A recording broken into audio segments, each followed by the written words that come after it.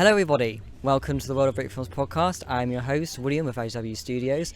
Joining with us as always is my good friend and co-host, Sean Lewis of City Penta. In the flesh. And we've got our special guest today, which would you like to introduce yourselves? Of course. I'm Alexander Leitner. I'm doing Brickfilms like for almost for more than 10 years, and I'm from Lego Studio 01. Yeah, and my name's Andreas Bitzan. I'm from A&M Studios. We're both from Austria, and I've been doing Brickfilms since 13 years or 14 already again. Yeah. And we actually are here in Brunswick, Braunschweig, the place where Steinerei 2022 was hosted, and unfortunately we're not able to do a full in-person podcast as we were planning, because we've kind of been the elements of the real world elements have kind of gone in the way. Everything has been working against us, but we just decided we couldn't waste the opportunity, so this is our in-person intro, and we will switch over to the recording at home later with hopefully cleaner audio. But yes, we ought to introduce that Alexander and Andreas have won the jury prize this Steinerei 22, which is this nice brick here. Oh yeah, that's absolutely an amazing film as well. It was definitely a highlight of the Steinerei, and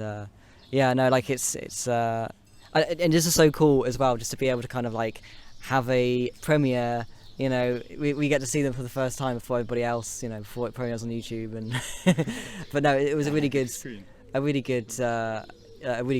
I really enjoyed that one. Thank you so much. That's amazing. Yeah, I suppose we shouldn't say too much here now, but the one thing I do want to say, while we're here in person, you know, seeing the films in person and actually being able to talk with people, and afterwards we go to the after party and everyone talks about each other's films in depth. It feels so much more meaningful than YouTube views. That's the one thing I want to say up front.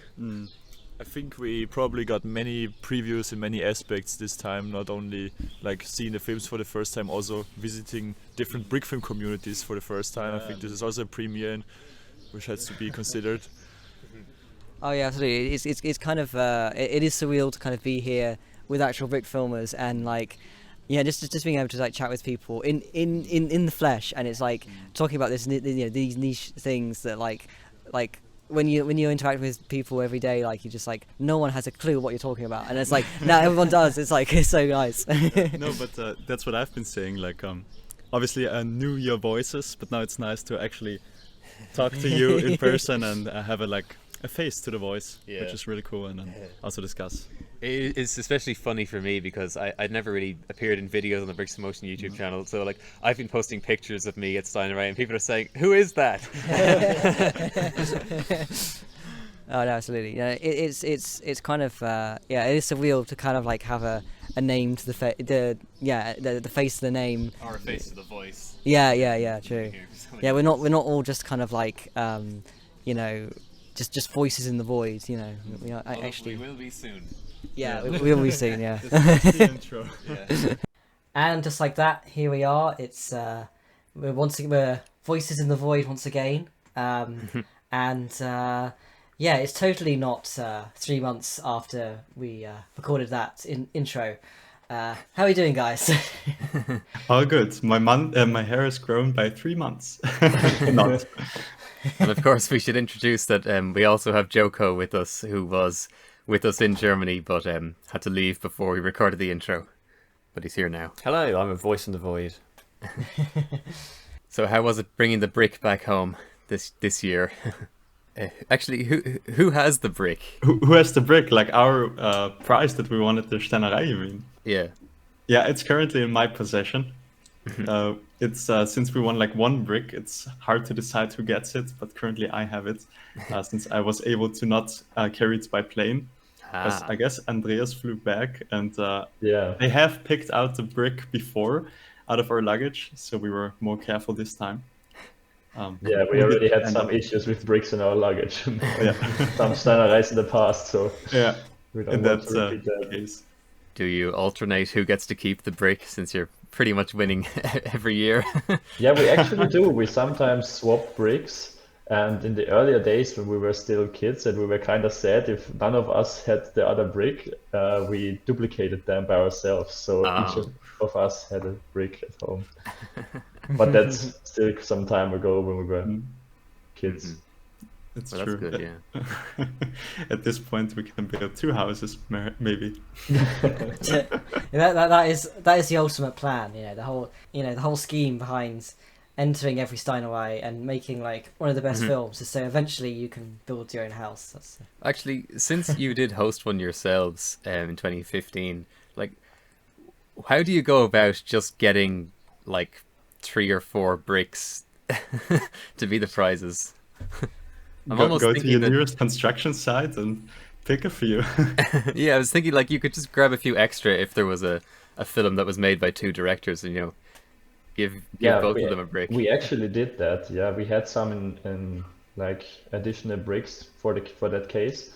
But the fun story was in our Steinerei, I went to a building site where I was ordering some bricks, and they were thinking like, oh, there's a new contract coming, they're gonna order 300, 400 bricks or 5,000 bricks, and I was like, no, I just need 3.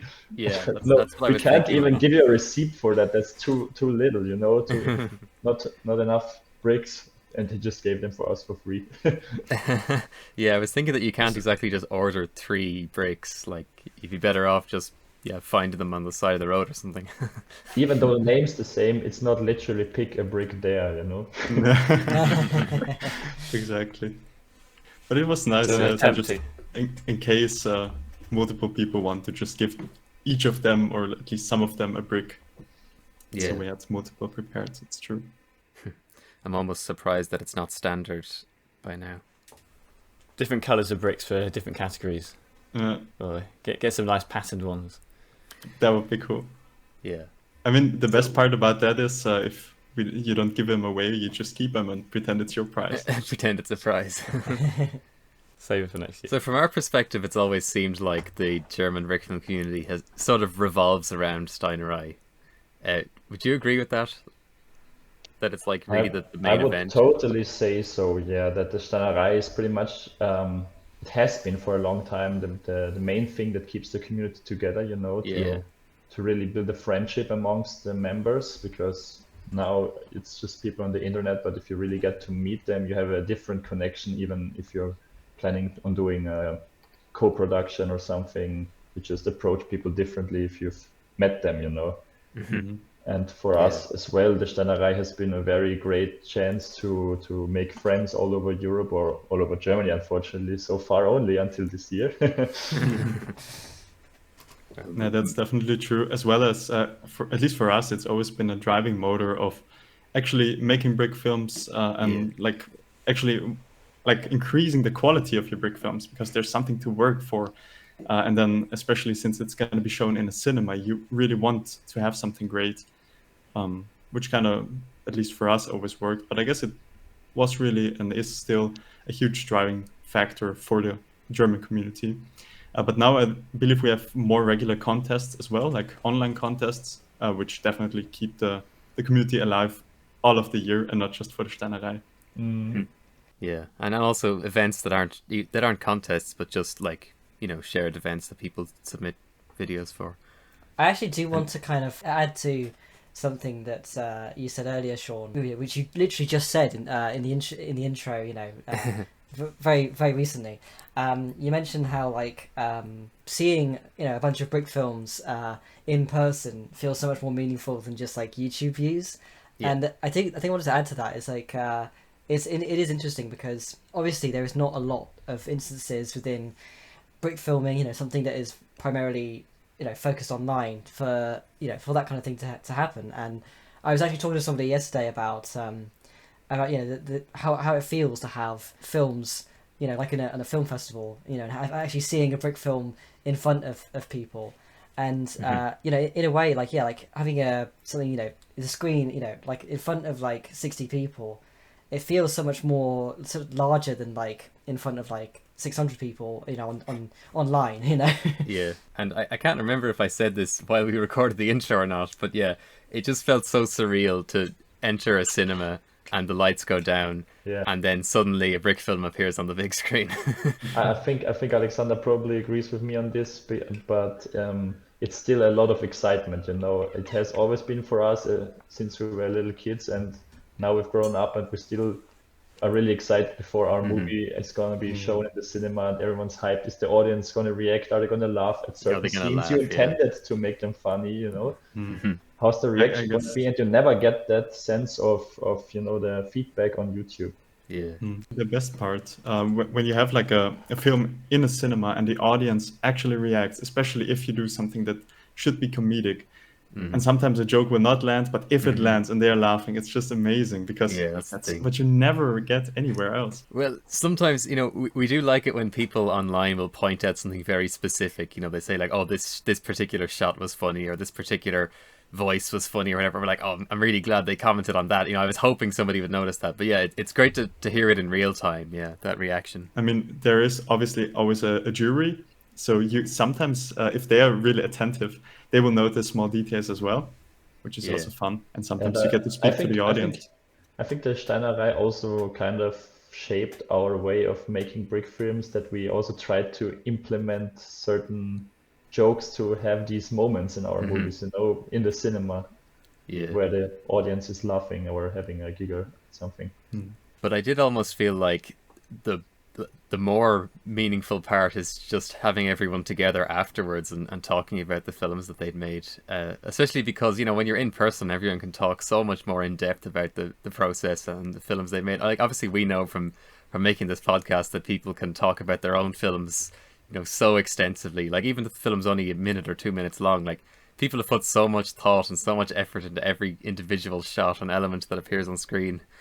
But you don't, you know, you can't just blab on about that on Discord like forever, or, you know, in your YouTube description or whatever. But like, it just feels so different if you actually have it in person. Actually, a lot of the times the people will bring like their characters or their sets to the Steinerei to present them there. Then you can meet the actors, so to speak. But it's also just fun. Like, everybody gets excited about their movie, about the other movies, and then afterwards, it's just hour-long discussion of the individual movies or of the community and everything. Yeah. Very special, definitely. And it feels like it's just so unique in brick filming to have a community or an event that's like focused around being in person. It's like, you know, the rest of us, we could only dream of that. Yeah, so good experience. I do think in a big way, like doing stuff like this podcast is kind of trying to kind of find a way that could, you know, come close to something like that, where you're discussing, you know, brick films in a more meaningful way and more kind of like in a more extensive way that just isn't just revolving around, like, you know, the brick film gets released, you say like a couple of things on YouTube or whatever, and then like that's it then, you know, like it's on to the next brick film. Because I feel like that's the thing, like I feel like within brick filming, especially online, like there isn't always a lot of actual discussion of films, like in the way there used to be. Like, I'd say even when I started, obviously you go back to like brickfilms.com era, and like you'd see like a huge extensive, like, you know, paragraphs of you know, analysis on a film. And even I kind of ended up on the tail end of that, like when I started in like 2015. Again, the website was like the hub of Bricks in Motion, and there was still a lot of people on there, like, you know, talking and stuff, and slowly over the years, kind of seeing that kind of dip down. I think especially with like Discord and stuff, like, but there isn't a kind of, Discord hasn't like replicated that, you know, and they haven't kind of, it's not really a platform that allows for that sort of same, you know, kind of detailed of like discussion. So yeah, I think in a way it's kind of like going back to what is the, you know, what kind of outlet can you go to that is actually like meaningfully discussing things in that kind of way, and like it goes like all the way to being like, oh well, yeah, just do it in person, you know, like the original way of you know.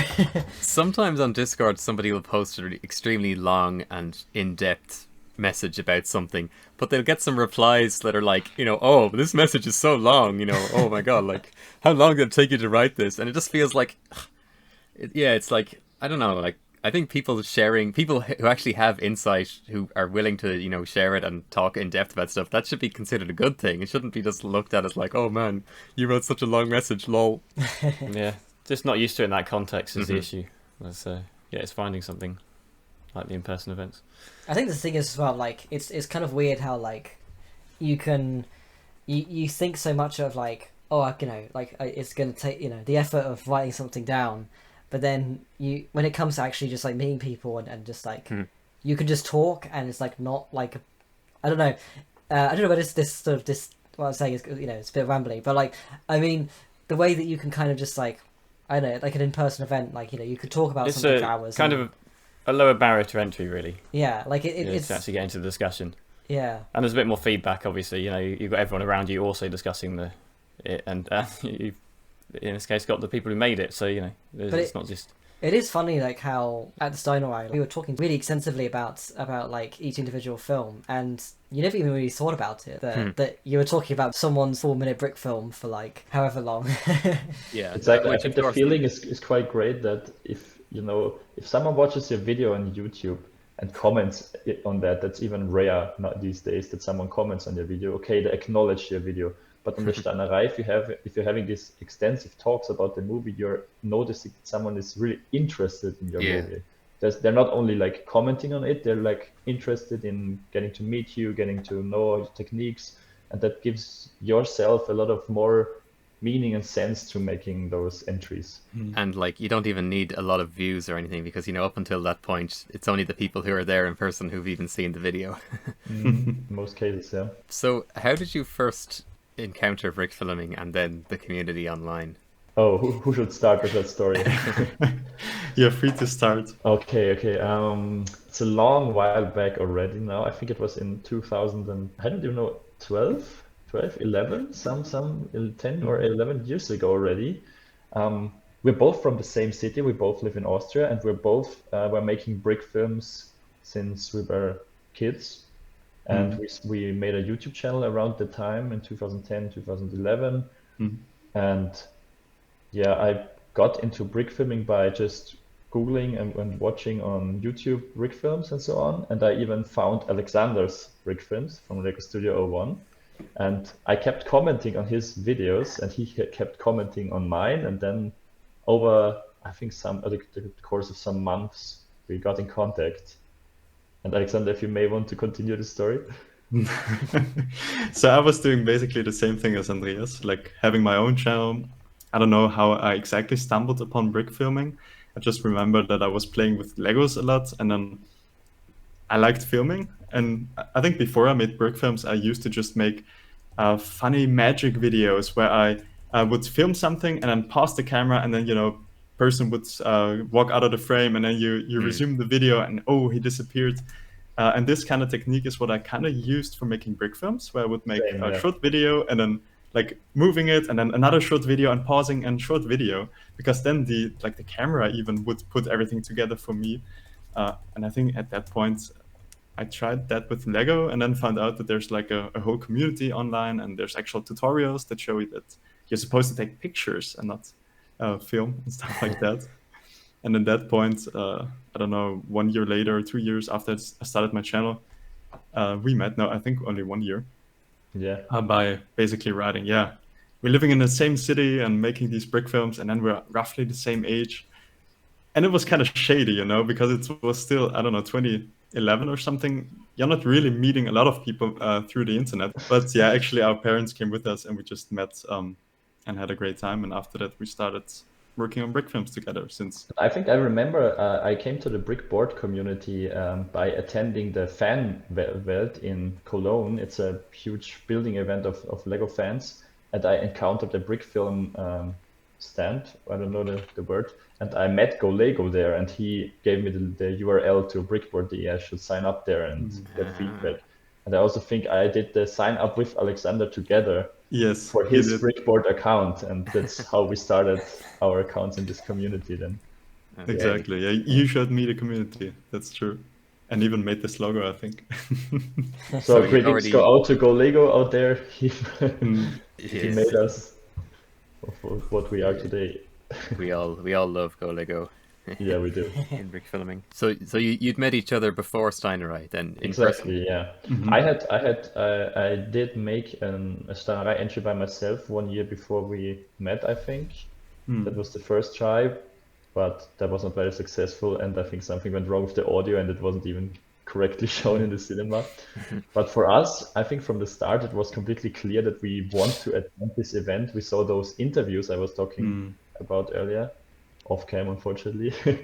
So there were these interviews of roughly Brickfilmers roughly our age now, and they were doing brick films and having interviews on their winning brick films and how they decide to choose techniques and so on. And we were really inspired by that, and we wanted to also attend those events and meet those guys. And for us, there was no big deal on traveling around Germany and.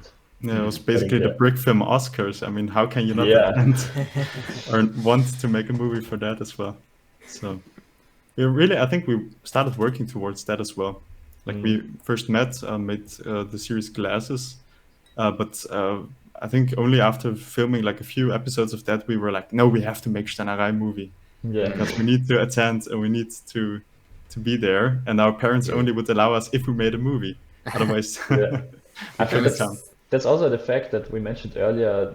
From the first Steinerei movie on, it really forced us to improve our brick films, or it motivated us, not forced us, it's the wrong word. It really motivated us. Like for the first Steinerei film we did in 2012, it was perfect. We even did many clips of trying to get our walking cycle more smooth and better, and we tried to really do some training for the Steinerei movie.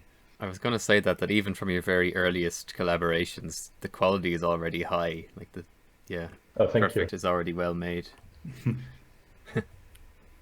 I think you can see that with the time the techniques improved and the hardware improved as well. I think that's one great leap you can do as a brick filmer. Yeah, but you even had the digital mouth animation back then. And I've always thought that your digital mouth animation is some of the best around. That was inspired by some YouTuber. What was his name? Was it I think Oblong Pictures or Old Sketch? I think has two names on YouTube assigned. And we were always watching those music videos he made with those creative mouth animations, and we tried to replicate it basically as good as we could. And kind of came up with our own style of doing it. Yeah, I remember those videos at the time, like Knucklehead. Exactly, yeah. We watched it so 24 hours a day while brick filming. We watched it all day long. Nice. But it's also a very tricky thing to do, the mouth animation, since once you do it, you can't go back, or at least we couldn't, to not making. Yeah. Oh yeah, I guess. But yeah, those ones certainly seemed like a leap forward in terms of mouth animation that had ever been seen in brick filming. Because I mean, he just had that idea of like a small number of mouth shapes that actually look like the Lego prints. So it just looked so much better than like the weird mushy blobs that people did before that.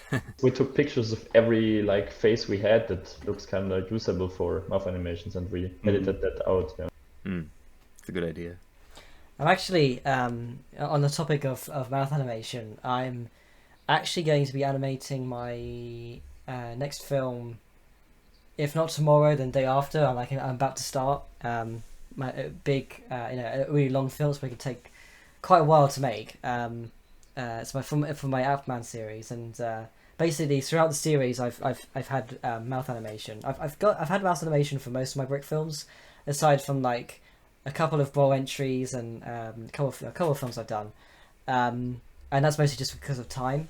But I've actually decided, because previously I've just done the kind of like the kind of the black mouth kind of like expanding kind of animation, but I've wanted to kind of do something different, for quite a while, and so now I'm gonna actually create my own mouth animation with like detailed mouths and stuff. I've actually bought doubles of every single head that I'm gonna be using for this film. I raised the mouths, and now I'm gonna add the mouths afterwards. Yeah, that's actually a thing we do since I think only 2 or 3 years, that we also, every time we want to do a mouth animation in a moving scene, we always use a blank head in between, so we get the erasing easier of the face. That also works. Yeah. One So- time we did physically remove it. Yeah. Yeah. If you have a completely blank head, so do you have digital eyes as well? No, we most of the time just only remove the mouth. Yeah, that's what It I did. depends. too. Sometimes because we also add like a blinking animation, or sometimes like the eyebrows move, then you just gotta erase that for that shot. But otherwise, like Yeah, and I always liked how you did the like moving beard animation as well. thank you. I like the moustache in Murder in the Arena. Murder the Yeah, Arena, exactly. that's- Where you're basically like doing it just in Photoshop and resizing it a few times. It's not, That's actually yeah, really it's cool. not that, even that hard. It's just like we just want to keep everything as lively as possible, and dialogues are not always that alive. Don't always feel that alive, I'd say, Yeah. if there's no mouth animation. And you can even tell in our earlier brick films, most of the time when we were like missing time, or we didn't want to put in the effort of animating everything, the frame freezes and the mouth is animated, and afterwards it's continuing. In our old films, you most likely notice that more than in our newer ones. Or you save some time by just, the guy's calling and he's putting his hand over his mouth or something. We had some tricks to avoid some animations, since it's very time consuming until this day. Yeah. People should have made more coronavirus brick films where everybody just has a mask on. yeah. True. But then you still have to wiggle the mask. I guess. Well, you don't have to, but yeah, you could if you wanted to. Yeah, that would actually be quite a good way of kind of like if you've always had art animation in your brick films. If you just decide like, okay, from now on, all of my brick films are going to be set in between 2020 and 2021. That's it. Yeah. And for us, it was always a big motivation. We never wanted to step down our quality in our films. So there's no way we're gonna remove mouth animation for any Steinerei entry. But in our latest brick films, we even had we didn't have that much time, since we're living in different cities now, and the mouth animation is getting less right now because we don't have the time currently. For the last movie, it wasn't even necessary most of the time, so that was nice. But otherwise, like, it's something that we try to keep around, since it adds so much more to the scenes, especially if it's like a dialogue-heavy scene. We don't always want to do like the classic brick film thing where he lifts the arm, twists his hand, like it's just great and classic, but there are different ways. Even in Austrian studios, for example, is now getting more recognized because it's always moving the hair when someone's talking, and the people even recognize that and like that as well. Yeah.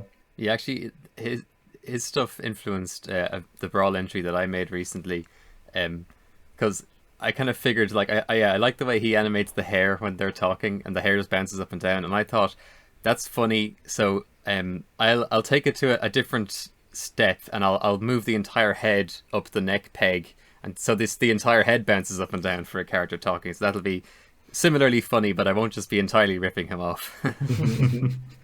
That's great.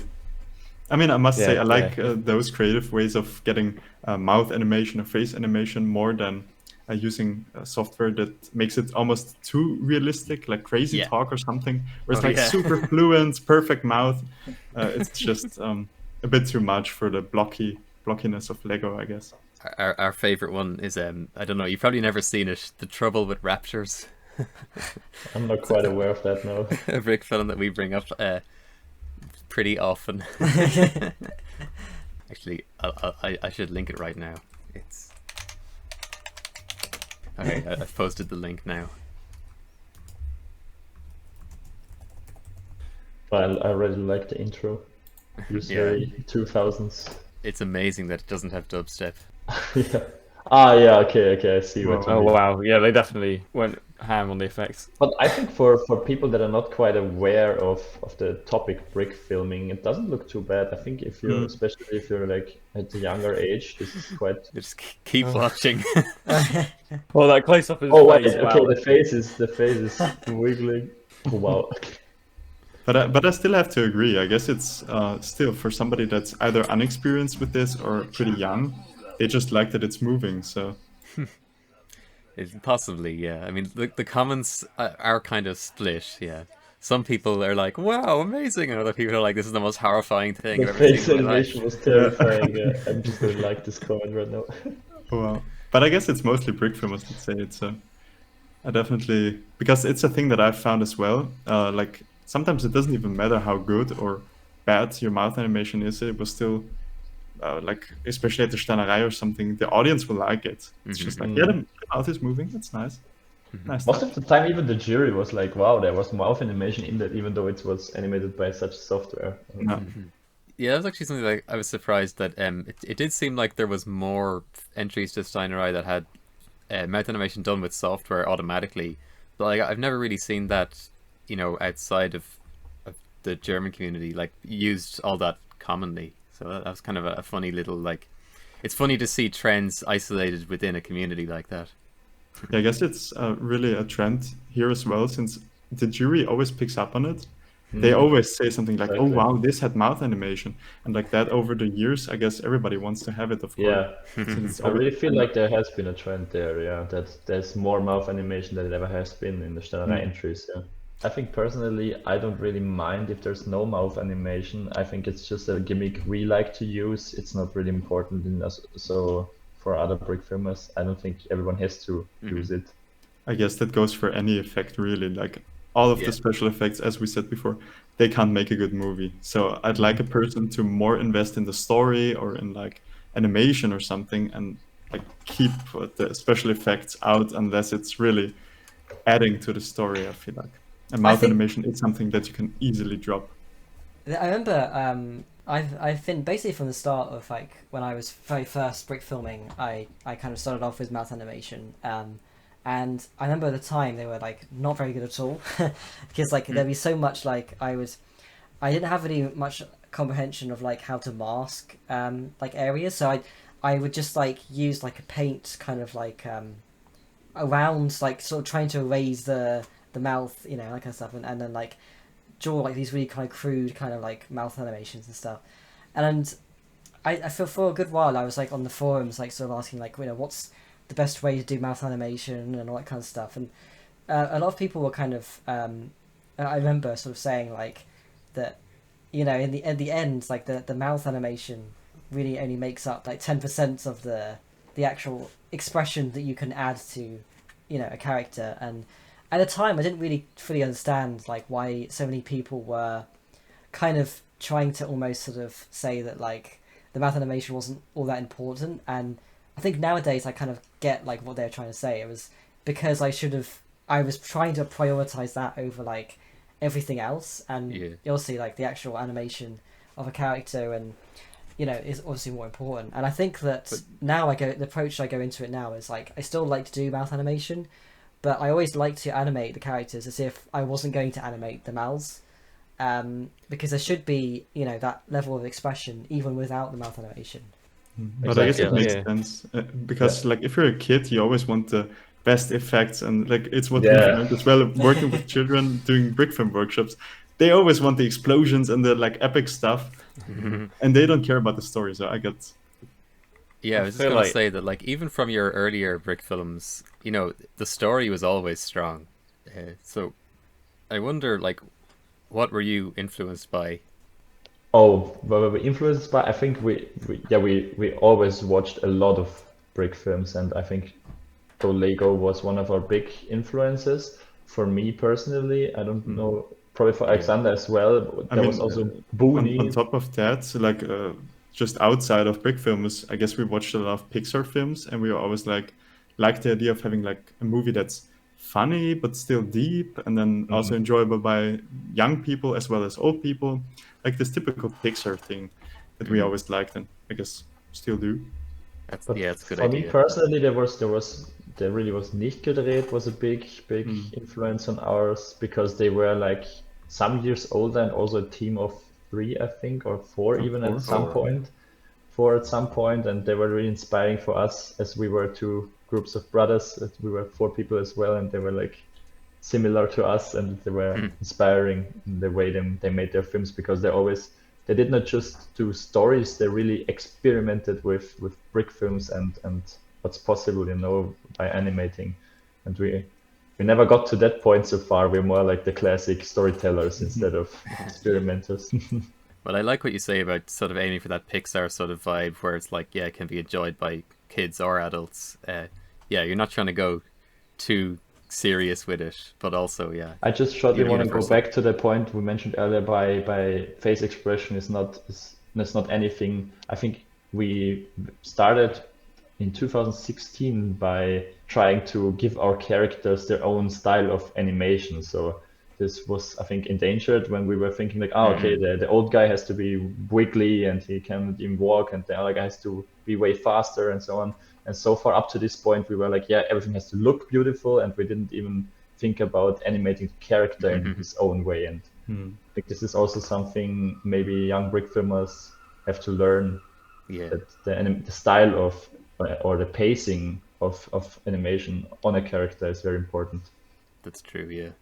Yeah, it's not just about the smoothest arm raise possible. Exactly, yeah. That's what we tried to do initially with our first brick films. Yeah, the walking cycle has to be as smooth as possible. It has to be 24 frames per second or something. And yeah. But yeah, conveying the character through how they move, not just the smoothness of it. Yeah, that's good advice. But yeah, it makes sense that you're influenced by those earlier German Brickfilmers, because we've always had the impression, you know, going back years, that like Germany was seen as like that's where the most artistic brick films get made. Yeah. Maybe that's also because of the Steinerei. I don't know. Yeah, I always feel like at a film festival, you want to show something artistic. There's gonna be different people there, and even if it's like presented as a film festival, you're gonna get film nerds and like people who have never even seen another brick film, and then maybe you want to do something for them that's not necessarily a brick film, but more of an art film, and then using Lego pieces for that.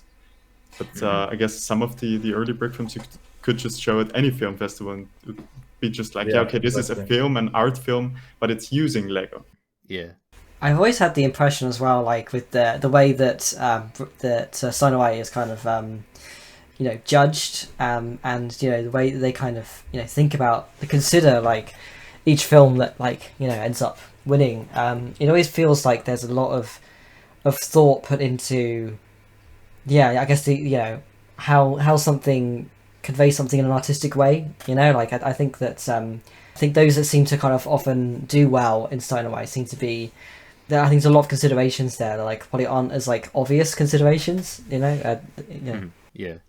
But also, I was saying this to you before, but like it seems like there's always been the sort of culture of like when we say they're like artistic brick films, they're not like pretentious or like overly self-serious to the point of coming across comical, for trying to treat brick filming so seriously. Like I feel like there's always just been a really nice balance of like being more artistic and having good stories and good morals and meanings behind them and stuff, but like also suiting the Lego medium. I'm thinking of the old Mirko films like The Artist and Remake, and the Go Lego films. Yeah. And also Nicht gedreht again. Yeah, again, yeah. Yeah, I remember Veltraffer. Just to mention, it wasn't only like German brick filmers who inspired us. It's like, I guess, because of the algorithm in your country and so on. But I still can remember that we watched a lot of Forest Fire as well, of course, because he's has always been a very big player in the brick film business, I'd say. And Oblong, Old Scratch was a big inspiration, as we mentioned earlier with Mouth. Also, this what's his name from? I think the Four Poland? Monkeys. And Four Monkeys as well, but the guy from Poland watched a lot, and then there was this guy who was called Orange. Yeah, something Orange crazy Bricks Ed videos, or something. Crazy Ed. Orange Crazy Ed. That was a big inspiration for us with the animation style. Exactly. Yes, Yeah, because I he used was to very binge watch hectic. that. Yeah. Yeah. And the birds. We always we started including Lego made birds in our movies because he had those in his, and we quite liked that. Yeah. And I think there was also Bionicle 28 or something was his earlier name. He now has his own film studio. And Something's Awry Productions, yeah. But yeah, Crazy Ed is a real, I guess by now, a hidden gem. And Chihuahua was his name as well, of course. Yes, I of remember course. the clickety-clack on the shoes, the video lady. I still remember that one, where this guy was like getting angry and he got a an afro. Yeah, they were also just a random. Maybe that could even be why we made glasses, because we just saw all these brick films that were The randomness. random, and we also wanted to make random brick films because it's fun. Yeah. That can be. Classic internet trend, that. I was wondering if glasses had any more deeper meaning behind it, or is it some sort of in-joke, or is it just completely random? Because I got the impression I wish there was completely childish randomness. I mean, we did have an idea where it could go, like after season 10, episode 10, which was the last one, but that would have added a bit more story-wise. But in terms of it being anything deeper than what it is, it's not. Maybe just being cool in bad situations. I don't know. It's the best that I can make out of it. Yeah. Yeah, sometimes you have no idea how you arrived at a conclusion like that. Yeah, exactly. I still can remember, I think that was one of the first times we actually met in person, that we sat together at the table. Yeah, what kind of brick film do we make? And if you've never known each other before, you don't really know what the other part wants to do. And we were like, yeah, let's just go for something completely random. There's a guy putting on his glasses, and my 10-year-old me made a sound file, pitched it down, said glasses, and that's it. And then half of the episode was, I think, the outro, where it was exactly. just our names. The classic. Yeah, classic. But So at that one name. point, it was definitely the Steinerei that motivated us doing something that's a bit more serious and not random, because we felt this is a film festival. These are the Oscars for brick films. So bringing back to Steinerei, to the topic, I think it's also cool that some people by now really do some sort of episodes, and they continue their movies in the next Steinerei. Like, for example, Janis did with the movie called Lampe in German. It's a superhero movie, and he, I think, made 3 of those already over the years. And it's always kind of funny, if there's a Steinerei entry and you've known the story before already. So for the community, it's quite cool if there are like multiple episodes over the years, and you get to wait how he fit his movie to the next topic of the Steinerei. Yeah, I've always felt like, especially not just with Steinerei, but like with the other events that Brickboard does, even though it kind of seems like, I guess, a smaller community than some of the others in brick filming, it seems like really tight knit, and like, everyone who's like a real core member will always make a film for every event and every contest, it feels like. Whereas, let's say on Bricks in Motion, you have the sort of like long time members, but they don't really enter a lot of the contests. They only show up occasionally nowadays. But it really seems like on Brickboard you have the core members who always show up for every event. And we're very grateful for that. Yeah.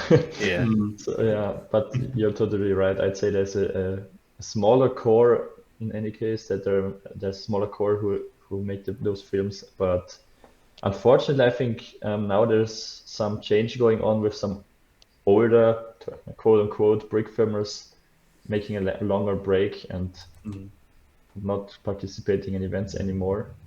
I think since since we skipped 2 Steinereis, I think, or more Steinerei. But it does seem like you have some newer members, or I guess relatively newer, but they've been around for many years by now, who have sort of, there seems like there's a newer core, newer than there were also quite a few new entries to the Steinerei this year, like by new people that have never entered before. Yeah. So that's also always nice to see that, like, while some people are dropping off, I think the entry amount is still the same. It's like roughly 20 entries per year or something. But that's still kind of fascinating for me, since as an organizer, as a host of the Steinerei, most of the time you don't really know if there's going to be enough entries, and you're like sweating already. That's the night before the final date on people can post a movie, and there's not enough there, and suddenly there are movies appearing in your inbox from people you've never even heard of in the community. So that's true. Somehow the people still find their way to those events, and it's quite nice every year. Anyone who's ever hosted a contest can relate to that, where you're thinking, oh my god, is anyone even going to enter this? Even though they do every year. But yeah, I feel like when, let's say there's another brawl contest or some other contest on Bricks in Motion, I'm always watching the entry list get updated while the contest is going on, and I'm kind of hoping to see like classic names that I recognize, but it seems like, every year there's less and less names that I've actually heard of. But then in Germany, yeah, you really do have a lot of people who keep showing up, and I have to imagine that like the fact that you actually meet in person every year keeps people around and really invested with each other. Yeah, for sure. But that's also one, if you do an online contest, you always have this backup that's just online, and Oh yeah, yeah. and if you rent a whole cinema and then there are not enough movies and not enough people showing up, it's always Our backup plan was just showing our movies on the loop. I mean, yeah. Obviously, it's also very nice to have 100 people you've never heard of enter your contest. Yeah, I mean, But I yeah, think- I say I have when it comes to the number of people that entered Brawl this year, I have no complaints about that. Yeah, and I think that's the thing as well. It's nice like when you've got names you don't recognise but that have like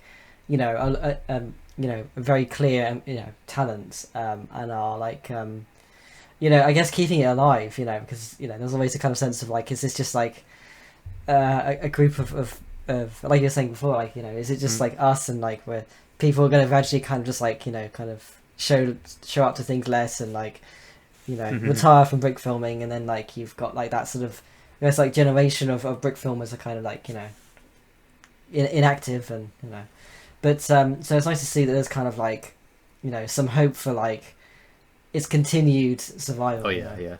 But I'm pretty sure it will always continue for some parts. Like, I'm not entirely sure about other online communities, but just brick filming in general, it's just a generational thing where I guess as long as people play with Legos, there's going to be brick films. I have a 10-year-old cousin who's a huge fan of brick filming now. I even made like a small workshop with him the other day, just teaching him small bits, but most of the things he just taught himself or by watching tutorials and stuff. So I guess there's always going to be brick films. Yeah, that was the thing.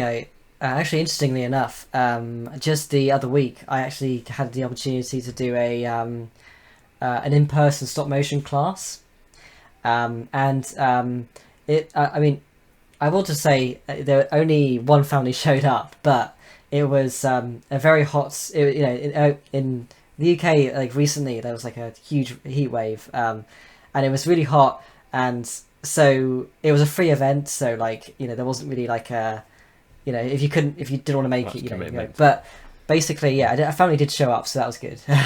And one of the kids that was there, like he was 9, and he basically what I did was I had like this I used Stop Motion Studio, the app, and so I had, because I saw like it's like you could easily download on your phone, and he'd already used it. He'd always like, oh, I'm gonna use this other app that I've got, and he's been animating with stick bots and like all this kind of stuff. And it's like, wow, like I think there's a lot of kids like these days who just like that just seem to know what they're doing when it comes to like animating, doing stop motion, like a way younger age than we were when we started, and it's kind of funny, like, because I approached that thinking like assuming that like the kids that are going to attend would have like never animated before or anything like that, but then it's like suddenly like he's doing stuff that like I wasn't even thinking about doing, and I was like a couple of years older than him.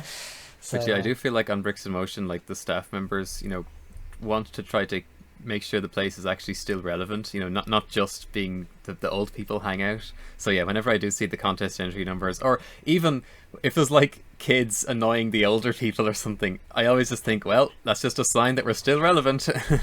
They're still showing up. But recently I have been wondering, like, we're getting to the sort of time frame now where there could be people who are active on brickfilms.com who have kids who are like, who would now be old enough to join the community. So like, I don't think we've seen it yet, but like, I'm wondering who's going to be the first, like, son of or daughter of some classic member who actually joins. Would the 4 monkeys count? Because at one point there were 4. They were all they all joined at the same time, so I feel like it doesn't really count. I'm thinking of like Jay Silver or Hallie or Revman or somebody like G-Films, so yeah, like 15 to 20 years ago, like who some of them have kids now who would be like 13, 14 or even older. So I'm kind of surprised actually that there hasn't been like, oh, I'm so and so's son, and I made a brick film. And then, like all five of us who remember are like, oh my god, that's crazy. Maybe it would be kind of like fucking embarrassing for like like Maybe. their kids. They might think a bit like, oh, it's a bit awkward being on the same Hang out with your dad's. Yeah. But yeah, on our current Steinerei, I think you even met him, Knauser, in our German brick film community, is putting very much work into getting his two sons on to make brick films. And they're also kind of invested in it. So for the last 2 years, I think there has been some entries by themselves and by some entries where they helped him creating movie.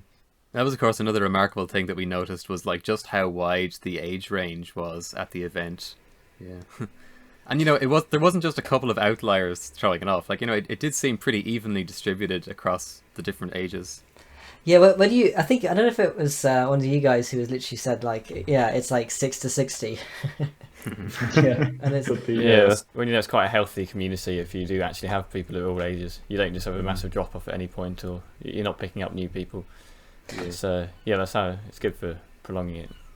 And yeah, I think I don't know if this even sounds kind of like a funny thing to kind of say, but like it's funny seeing like a brick film by someone who is like relatively quite a lot older, but it kind of just like it seems like a brick film like any of us would make. I don't know if that sounds funny to say, but like you kind of just imagine like, I don't know, at that age, like would you want to be making something that kind of complex, or like and also it's really nice that like no matter what age people were, everyone was just talking about the films. Like everyone was on the same wavelength and just on the same level as each other. And I don't know, it's really nice to see communities in brick filming where people can be like considerably older and still active and still engaged with the other people who are active. I guess especially because like we know that'll be us one day. So it's nice to know that there'll still be a space. Yeah.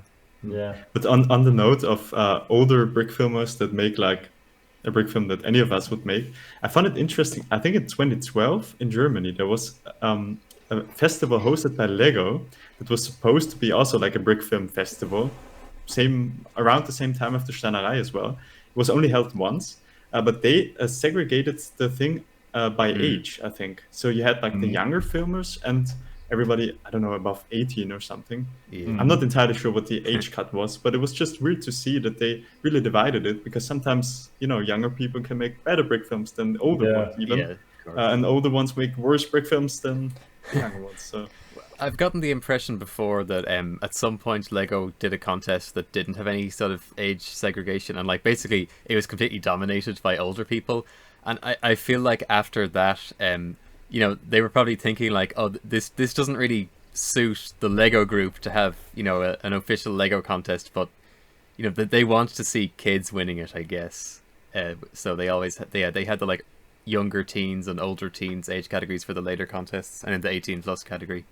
So I feel like when you're actually the Lego group themselves officially, and you're trying to market towards kids, it's different than just a community held contest, where obviously the community is going to try to treat everyone equally. Yeah. But was something like that held before in like any English-speaking country by Lego? Not exactly like in real life. More so, either submitting online or submitting through the mail. There was the old Lego Studios contests in 2001, which were localized in different countries. But I think it was the one before that where they didn't have any age brackets, and it was like they were surprised when it was all adults who won. No, but it's interesting. It was really like a Steinerei thing where it's actually on location. I think it was in the Discovery Center or something like. I can remember that there was this talking about the Lego contest back in the day. There was this one entry by a guy in the older category, and it was even made with a Playmobil. I don't know how to spell it in English. It's Playmobil. Yeah, Playmobil. Yeah. He used Playmobil for a Lego and brick filming contest, and kind of savage to be He might honest. have even won the older category. That was the best one still. But actually, this is kind of interesting though, because you're saying this was like a in-person event, and was this in Yeah. Germany? It was in Germany. It was the same time as the Steinerei, I think because it we was, also yeah. went there. It Like was in a day a new after. city near the Steinerei. this doesn't really sound familiar to me. So, you It know, was called Lego Mania, I think. I'm gonna have to look into this to document it on the wiki. Finale, Festival. that was the term, yeah. And then they had the Legonale, and I don't And we know, also like not many attended people that. showed up. Marcus from Rainlight won, I think, and the main prize was going into Legoland in Billund. Yeah. I'm gonna have to find the references and get the list of winners. This is kind of like when you start talking about stuff that Sean doesn't know. This is kind of like, you know, quite unprecedented. Sleuthing Really, mode. you know, Yeah, like now I'm interested. I think, was this also the year where we went to a different movie festival in the same city when our... That was 2013, Okay, where yeah. they had this, like at the same time as Steinerei as well, another film festival. And one of the jury members, they were a part of that festival, and they wanted our movie to be shown at that festival. Except it was a much more serious festival, and it was just Yeah. depressing entries and like actually thoughtful entries. Yeah, And that very year they made, artistic like, stuff. Yeah, very most of the artistic. movies I didn't even get the plot because we were Yeah, still very because young at we were that age. also young, Yeah. and then you're like in the cinema and showing the funny brick movie with the knight that's spitting funny lines and something like Yeah. that. Yeah, it was really awkward to be there, and then especially being invited on stage and Yeah, like getting they asked interviewed questions. us, yeah, on stage And in front of first of all, nobody was audience. laughing at the movie or like with the movie, and then we were on stage and nobody cared. They were interviewing us and nobody Yeah. cared. It was one of the most awkward moments ever. So this was like just a general film festival, Yeah, exactly. not animation specifically. Okay. So most of the entries were like real life productions. And that was our funny brick film shown in between. I can imagine. Tough And crowd. the member of the jury was very, very into us and into our style of making brick films. He was very fascinated, like, how did you do that? And why did you do that? And no one was even caring in the whole cinema. that is funny. Yeah. But yeah, maybe bringing the topic back to Steinerei, I think one of the greatest things is also that every Steinerei is very different, you know, since there's a different host each year, or we're trying to have a different host each year at least. And different venue Each as well. Steinerei is very unique as well, like not even compared to who's attending, but also like, you know, the location and how many people are in the audience has been in a big variety. We had like small community meetings up to huge audiences of 400 people. It And has it's been like everything. always remembered by everybody as well, because you're like, oh yeah, that time we went to that cinema and this was there and they had this setup. I mean, I remember that when Go to Go did it, when Steffen did it, it was this huge cinema, and then he had like a Lego Porsche or something in the entrance hall, which was just gigantic. Of this, like this whole cinema was filled with different nods to the Steinerei. So it was very gigantic festival. There was even one person from Lego attending the yeah, festival, true. yeah. And these are like Like all the from things Denmark. that the community remembers as well, where they're like, yeah, and that year this happened and that venue. then- So it's very special. And then you get to be the person who has to kind of like follow up that. Yeah, nah, but yeah, talking about that, I think you can't say there's a good or bad Steinerei, you know, each Steinerei is very unique in its own way. Right, keeps it special. And of course, this year was the first year back in person after the 2 online ones. Yeah. Which made it so much better as well. I mean, I enjoyed the online events, and there were definitely a lot of viewers there. And it was also nice with the live chat, of course, where people would respond to things which you can't do in a cinema. Or you can, but people will point it out maybe if you're always talking. But that was fun, of course, and I think they did it great as well. But just in person is so different and much better, of course. Yeah. I feel like sort of, doing it in person, and like you were saying then, like how it kind, it becomes an event that you remember, and you remember meeting up and all that kind of stuff, and making it a big, making it a big thing like that. I think it helps you kind of remember the films as well, like, because I think like again talking about I guess like the views and stuff, and like even if like a lot of these films don't have like a lot of views, like some of them don't even have like 100 views or whatever. In our minds, they feel like, yeah, those are the standouts of the year. yeah, like I think people will remember that, and like everyone at the event will remember them because they had a good time and they met with their friends, and as a thing as well, like it's another kind of element of it. I think is just like it's a really great way of experiencing films and like remembering films. Yeah. And I mean, usually you also get something physical. Like this year, you also saw it. You get like this booklet with all the films, and then there's a short summary and short summary also of the authors, like what did they, what are they up to, when did they join brick filming. There's a picture of the authors, something like that. Makes it also more special. And I think before, like a few years ago, there used to be DVDs that you could also purchase there. So you could technically take the movies home and then rewatch it all over. That's cool. And on some occasions you have minifigures with the logo of the Steinerei printed on them. I wonder which location. And of course, I was given some of the booklets from the previous years for my own collection, so I was very appreciative of that. Yeah, they start to feel really precious, you know, by just aging. It's like a document of brick filming history. Yeah, let me know if you still need some of ours. I still have it. I also still have posters. Well, if you have duplicates, I'd love to get my hands on them, but I wouldn't take them away from you if they're the only ones you have. No, I have a lot. 200 or something. Oh yeah, from the one you hosted yourselves, yeah. I actually I kept the tickets for the event. I've actually got it in the back of my phone. Wow. Cool. That's really cool. It really did feel like you enjoyed it so much. Oh yeah. Oh yeah, absolutely. Yeah. Even though you couldn't understand it. Well, I mean, not only was it like the first time we were going to the event or anything like that, but it was the first time that like a lot of us actually met other people who were Brickfilmers. Like, I mean, like it was first time that like I met Sean or like Jono and Bert and like so yeah, it was it was the first for a lot of things. Like I literally never seen a Brickfilmer before we went to this. But I think we were all surprised by how much we could follow all of the entries without even speaking German. And not just the ones that didn't have dialogue, but all of them, really. Yeah, all the ones with the English-German mixed dialogue. Well, that too. Yeah, I remember there was the entry by AOW Gamer, which was very kind of like dialogue heavy. It did help, afterwards watching like watching on YouTube for the subtitles, but I could still just about kind of get what the story was. Like it was like these characters kind of like each being kind of like sort of how their interpretation of like a specific thing, and like different perspectives of the same thing. They all got it right. The show don't tell. Yeah. I mean, sometimes I feel like it's cool to just be judging films based on the visual storytelling, like especially Yetko's one, The Time Ship. I loved that on the visual level.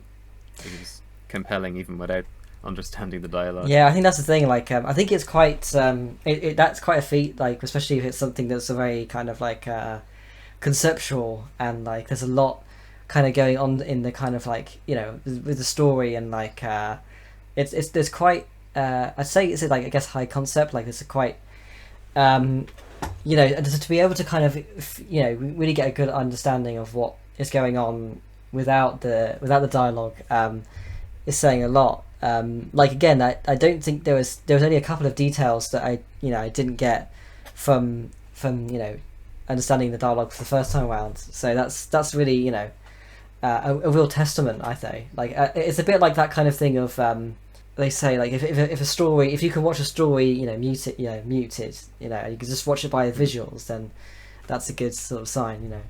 Yeah. Well, obviously though, it's not quite the same because obviously all the sound design and like all that kind of stuff is like so it's not like it's not the same as just like having a mute. But yeah, I think we're all looking forward to seeing who will show up next year as well, because we plan to return, and we kind of hope to encourage a bunch of other people from the English speaking community to come with us next time. I would love that. And hopefully we have a film to bring with us as well. That would be even better. Very much appreciated, yeah. Yeah, it was kind of funny because like we weren't sure like if it would be appreciated if we entered with films, but when we got there, everyone was asking us, "Oh, do you have a film in the competition?" And we were just like, "Well, no." I think maybe the rules said is still that if the movie is gonna be in English, it has to be subtitled. But yeah, I think that's no big deal. Yeah, well, I feel like if we did make something specifically for the event, we'd just do a no dialogue film. Yeah, could also be possible. So much you can do with that. So not really limiting ourselves there. Yeah. I have been in the process of learning sort of German on Duolingo. So I'm hoping that by the time that we get to like Steinerei 2023, I might be able to kind of just like understand maybe the Brickfilms anyway, or like maybe have a slight some sort of conversation in German. Who knows? Yeah. That's a big goal to set for you. Wow, yeah. Not that easy, yeah. Steinerei acting is another motivator. I'd say I'm gonna save myself the embarrassment of like try to test it out on you guys. Feel Yeah, free You to can test still it do it, anytime I you mean- want. I wasn't aware that Bertel actually has a good grasp on German, and so since he was staying with us, everywhere we went, if we saw a sign or something, we'd be saying, "Oh, what does that say?" Or, if we were in a restaurant and they didn't speak English, he'd be taking the lead. So that was extremely helpful. I'm kind of wondering if we ought to start talking about the Brickfilm Showcase picks. As you guys wish. Yeah, sure. For those of you new to the podcast, the Brickfilm Showcase is an opportunity for each of us to talk about brick films that either mean a lot to us or that we just want to talk about in general. So I picked, I believe it's called Found in English, but it's Gefunden. I hope I'm saying that right. By Go Lego Animation. And it is based on a poem by Goethe. That's going to need some proper pronunciation. Goethe. is Goethe. the Goethe, German, yeah. Goethe, yeah. German sounds- I was wondering how.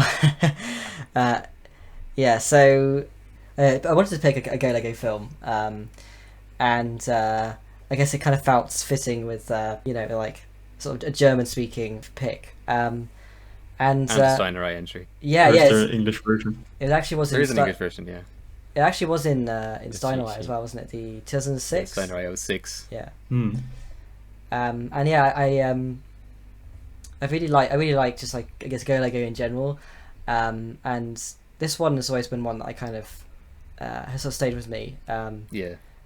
I especially really like the little details like that shot of the flower, and it's just like something very sort of like sort of distinctive with like his style, I feel. Yeah, for sure. And I don't know if I have necessarily like any sort of set thing necessarily to sort of that I have in mind with this one, but just like in general, I just really love the kind of the vibe of it, and Yeah, I always found this one very inspiring. Like, back then, I felt like nothing else looked like this. Well, other than some other films he made, like in Deep Royal Water, or the Time Machine is another good one. But like, just the amount of foliage there is, all of the trees and all of the flowers, but not just that there's flowers, but that they're like all different colors. You've got various shades of pink and yellow and blue. I mean, I guess it's like, when I saw this really young, it was like, I don't have as much Lego as this, so it was like really crazy to see. So yeah, like even to this day, if I ever think of like trying to do some foliage scene, this is like the first thing that comes to mind is like, oh, I got to get the flowers to remind me of the color palette I've found. I think I also watched it a lot as a kid, and as you were saying, it just gives you this feeling of this is what my brick film should look like. No empty shots, everything full, and like a lot of plants and everything. It's even like the large paper mountains in the background. It feels like a much larger set than it necessarily is. Mm-hmm. So lots of depth to it. I kind of And there's something about the camera he shot it with. I'm guessing it was like an old video camera. But his stuff from this time period just looks so warm, and the colors just seem kind of fuzzy on the edges, or like bleeding into each other. It almost reminds me of like the brick film equivalent of shooting on film, I guess. There's just something really nice about how it looks. I was just going to say as well, it was in fact an old video camera, because if you at the very end of the video, they've got a behind the scenes shot and you can see the camera. Oh yeah. But It's actually a camcorder or something, yeah? I think so. Yeah. Yeah, camcorder. But what I really like as well, like, is not only like detailed sets, but also like the kind of novel kind of ideas. You know, like kind of like sort of builds that are like actually like really sort of simple, but like really, really inventive. I really like the the ducks. And they got like the small one, the chicks, and they're kind of like they're literally only made of like 3 pieces, but it's like it's so obvious what they are, and it's just like it's just so kind of like that's all you need, That's like Yeah, and of course, we've remarked on this before, but like that classic brick film style where before Lego had made an individual mold for every type of animal or every type of thing you want a minifigure to hold, and you'd make it out of basic bricks, but it just has the charm to it. Sometimes I still like to just make a basic brick version of something rather than using the specific Lego piece. But I feel like I wouldn't be surprised if the ducks were inspired by pertinacity from the 10 brick contest, because Go Lego was one of the hosts of the 10 brick contest in 2004, and one of the well remembered films from that is a film with birds going around on the water, and basic brick designs. Which it's really good film, actually. It's still worth a look to this day, by a German Brickfilmer called Brick Brock, who was like a really old school German Brickfilmer who was pretty much inactive even by the time the first Steinerei had come around. I gotta check the wiki later. No, but it's definitely like a great movie. That it feels old school, just in a way that it's shot, as well as the simplicity of the Lego bricks that it uses, which just makes it also feel like something that a child could come up with while playing, like not necessarily story-wise, but just like building, and this happy. Also, it's just got this happy feel to it, where it's like, I don't know, kind of nostalgic, and not just because it's a 14-year-old brick film. I think as well. I the do classic Lego pieces. I do very much like that. It is a kind of a complete kind of like 180, like I guess 180, like is a complete kind of like opposite end of like in terms of tone and stuff to Totentanz, which is another great like adaptation of a poem that Go Lego did, and again, I guess it has similar kind of like qualities in terms of like the sort of novel kind of ideas and sort of like builds and the overall sort of like feel of it, like the scale, and I think there's one thing I always found with Go Lego in general is just like his like production values just so good for the time.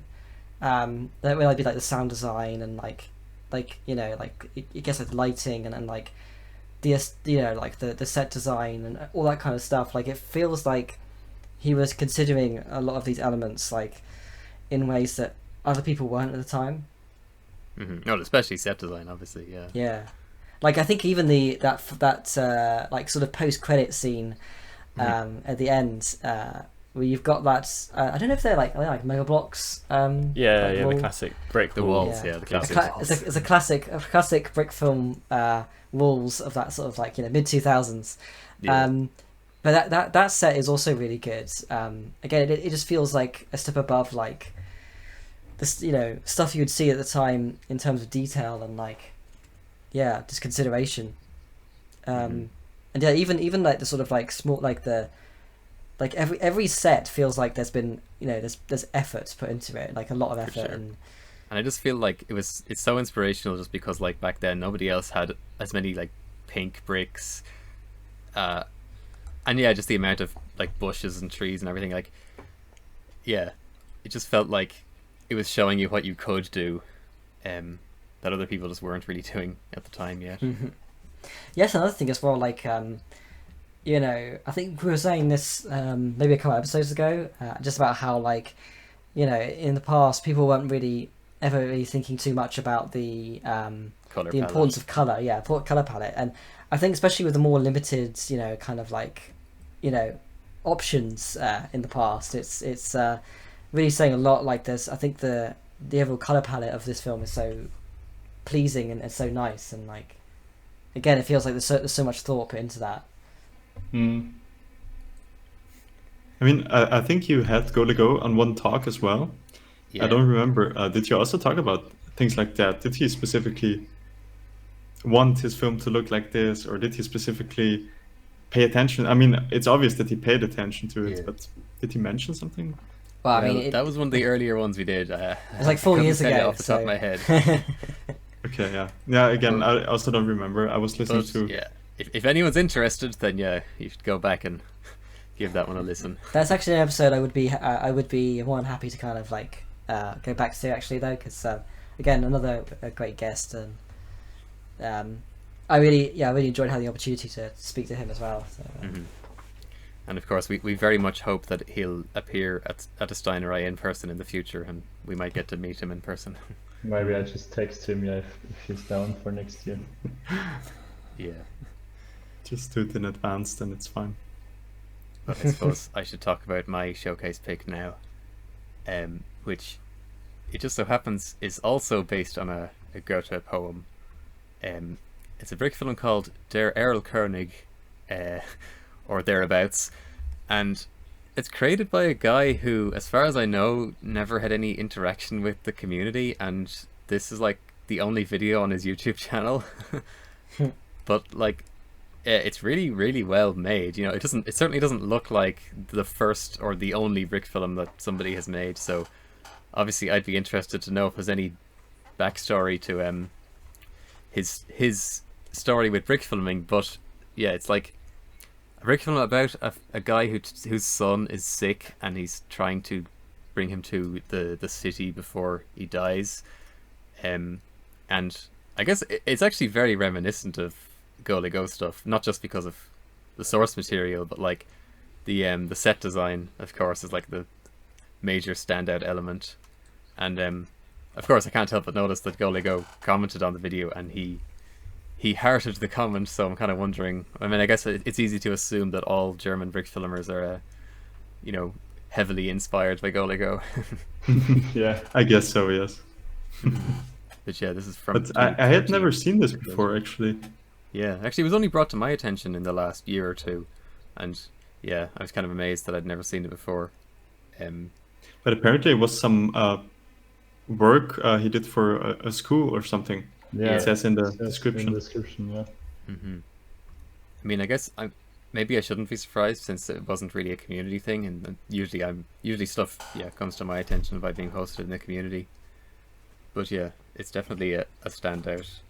and actually, with that being said, it does have a surprising number of views. So it's like nearly 45,000 views. So I mean, Yeah, it is okay. also very well known, I think. Erlkönig, it's a pretty well known story as well. So maybe people type it in and then it comes up or something. Yeah, or maybe it gets in the recommended videos for Go to Go's brick films. Most likely. But yeah, there's some really impressive stuff. Like there's like a traveling shot where you've got the parallax scrolling background, which is always impressive in brick films.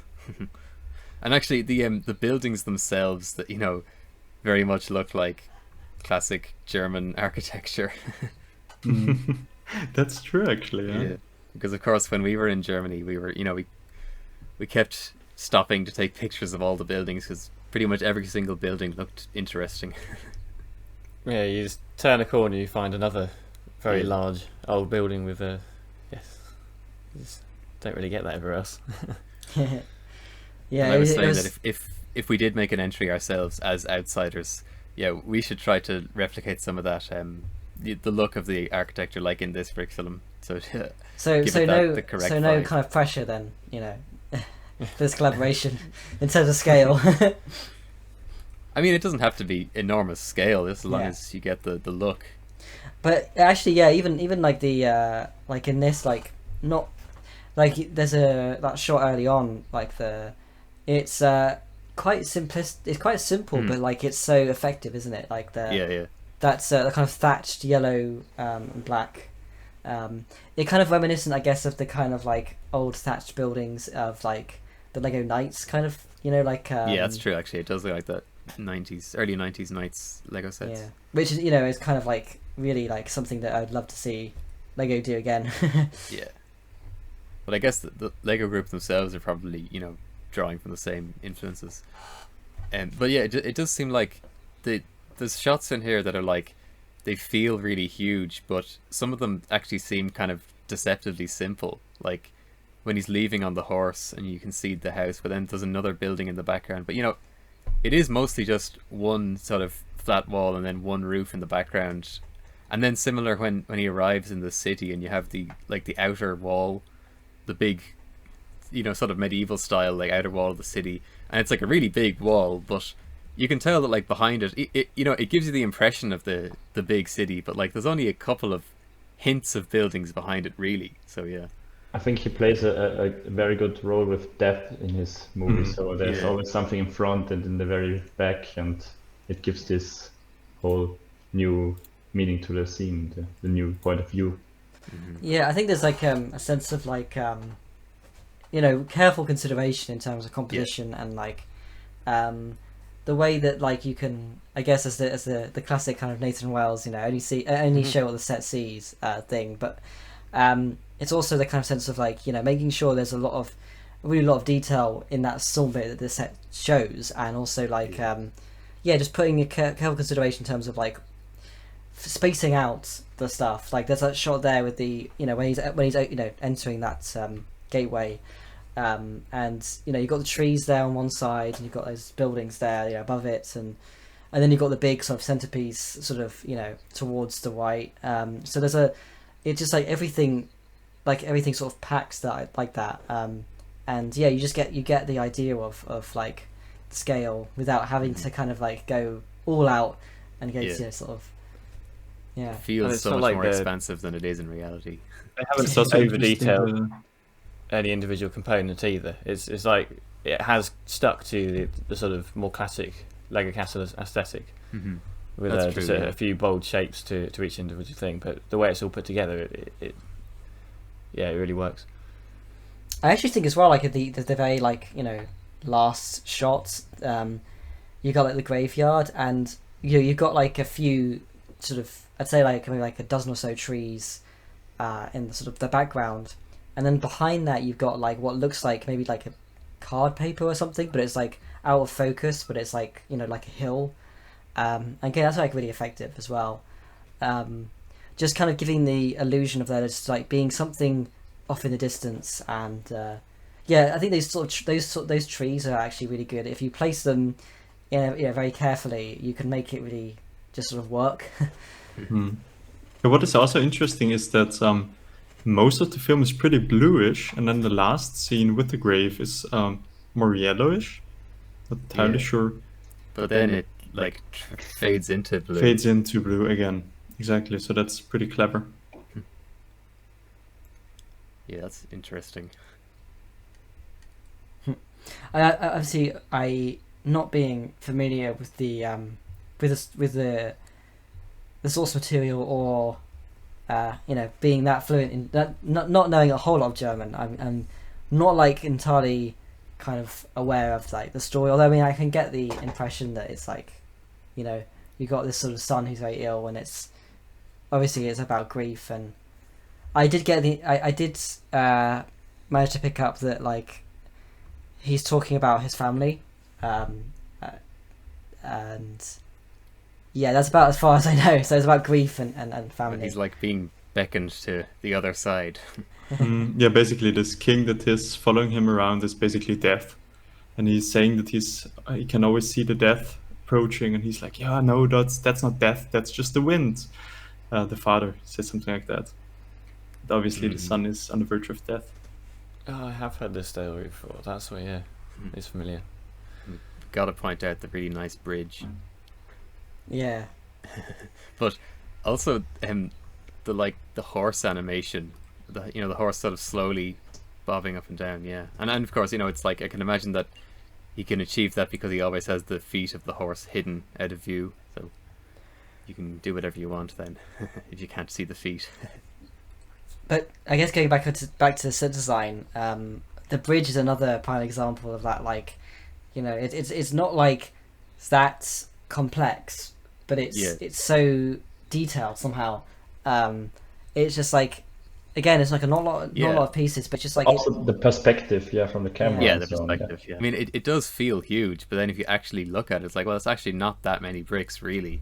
but it's just I so like really wonder if he interestingly like set done. up the camera and then built the set according to what was seen. Like he's like, I want the shot to be from the down upwards, and then he builds the set or something Yeah, possibly. Yeah. to achieve that. Yeah, it does definitely feel as though like it's like this is specifically designed and built for the purpose of this shot. one shot. Yeah. So. Yeah. Because then you only see a hint of it in the next shot. So yeah, it does feel like it was set up for the one really nice shot. And that's a good way of approaching set design. As long as you don't mind that your nice set would only be shown, properly from one angle. But sometimes that's all you need. Sometimes it's better even.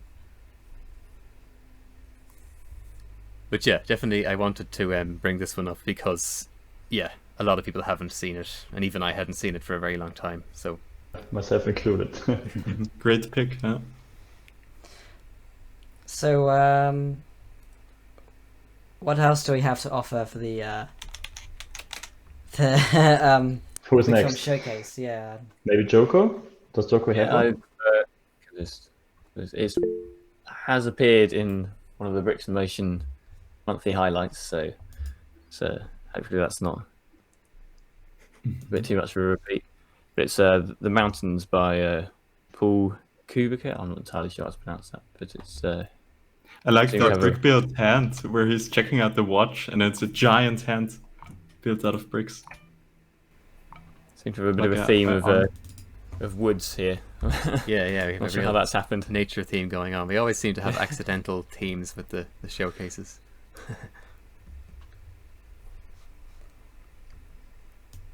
Those are some nice mountains. Yeah. Yeah, it's nice to get a more recent pick as well.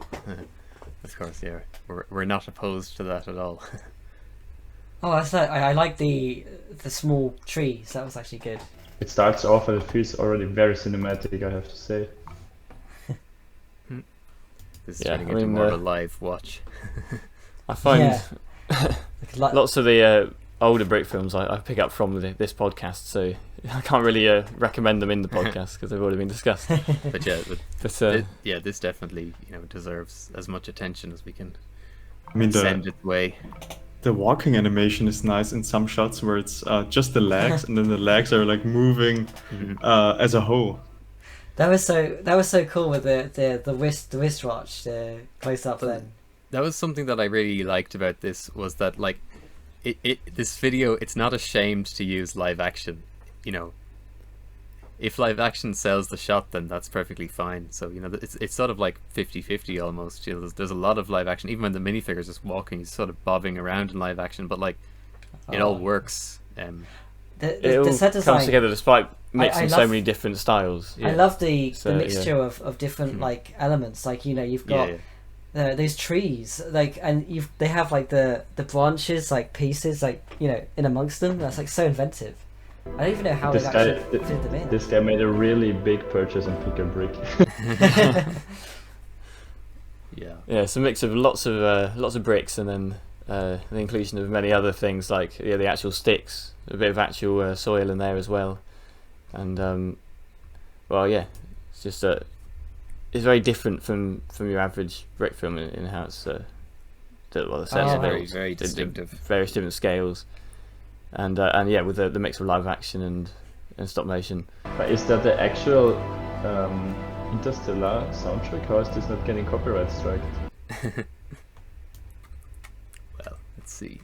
Yeah, it has been recognized in the system, but yeah,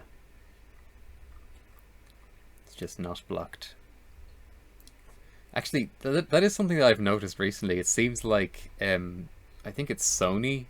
Anything like any music published by Sony, it seems like nowadays the videos are just blocked worldwide, where they used to not be. They used to just be revenue sharing, like how this is. While I keep continuing watching this video, I think some shots they feel like they may be even filmed. They're not stop motion. To be Yeah. honest.